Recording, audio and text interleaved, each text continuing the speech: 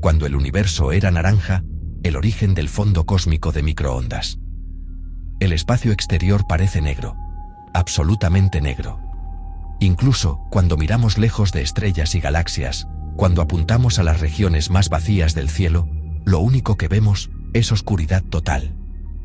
Pero lo sorprendente es que el universo no siempre fue así. Hubo un tiempo en el que todo el cosmos tenía color. Y no cualquier color. El universo entero era naranja. Para entender cómo algo así es posible, tenemos que empezar con una pregunta sencilla. El espacio exterior parece negro, absolutamente negro. Incluso cuando miramos lejos de estrellas y galaxias, cuando apuntamos a las regiones más vacías del cielo, lo único que vemos es oscuridad total. Pero lo sorprendente es que el universo no siempre fue así. Hubo un tiempo en el que todo el cosmos tenía color. Y no cualquier color, el universo entero era naranja.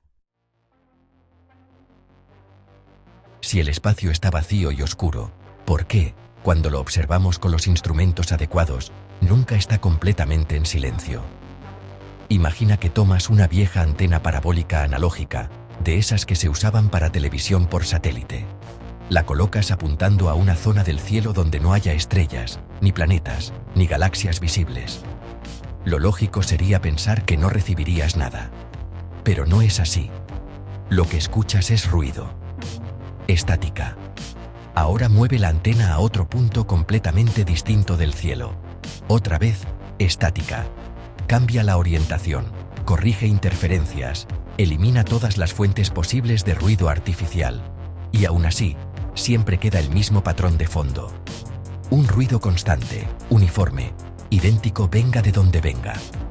Ese ruido no es un fallo del equipo. Tampoco es interferencia terrestre. Y no, tampoco son alienígenas. Nunca son alienígenas.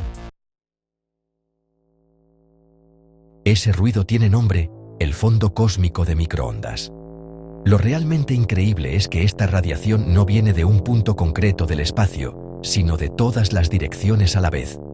Está literalmente en todas partes. Eso plantea un problema enorme.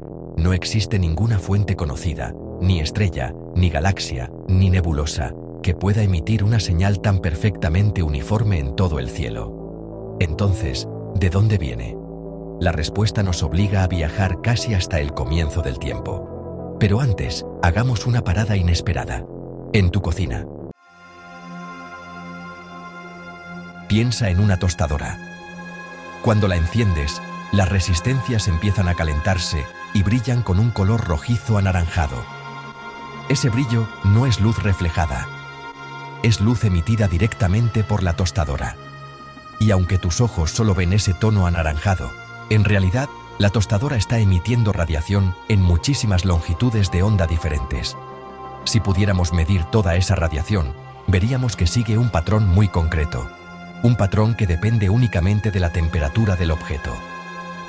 A este tipo de emisión se le llama espectro térmico, o más concretamente, espectro de cuerpo negro. Y aquí viene una idea clave. Todo lo que tiene temperatura emite radiación. Tú emites radiación. Un taco emite radiación. El sol emite radiación. Absolutamente todo. La diferencia está en qué tipo de radiación emite cada cosa. Los objetos muy calientes emiten sobre todo luz visible. Los objetos más fríos emiten infrarrojo o microondas. Cuanto más baja es la temperatura, más se desplaza ese pico de emisión hacia longitudes de onda largas. Y ahora viene una coincidencia que no es coincidencia en absoluto.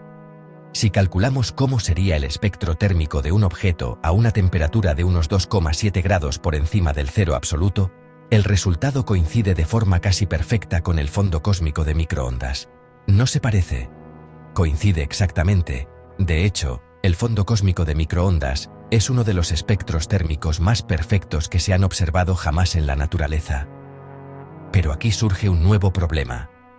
El espacio está prácticamente vacío. No hay suficiente materia como para tener una temperatura definida. Mucho menos una tan precisa como 2,7 Kelvin. Entonces, ¿por qué el universo parece comportarse como si todo el espacio tuviera una temperatura? Para responder a eso, tenemos que retroceder unos 400.000 años después del Big Bang. En esa época, el universo era un lugar radicalmente distinto. No existían estrellas, no existían galaxias, no existían planetas, ni siquiera existían átomos. Todo el espacio estaba lleno de un plasma extremadamente caliente. Un mar de partículas cargadas, con temperaturas de varios miles de grados.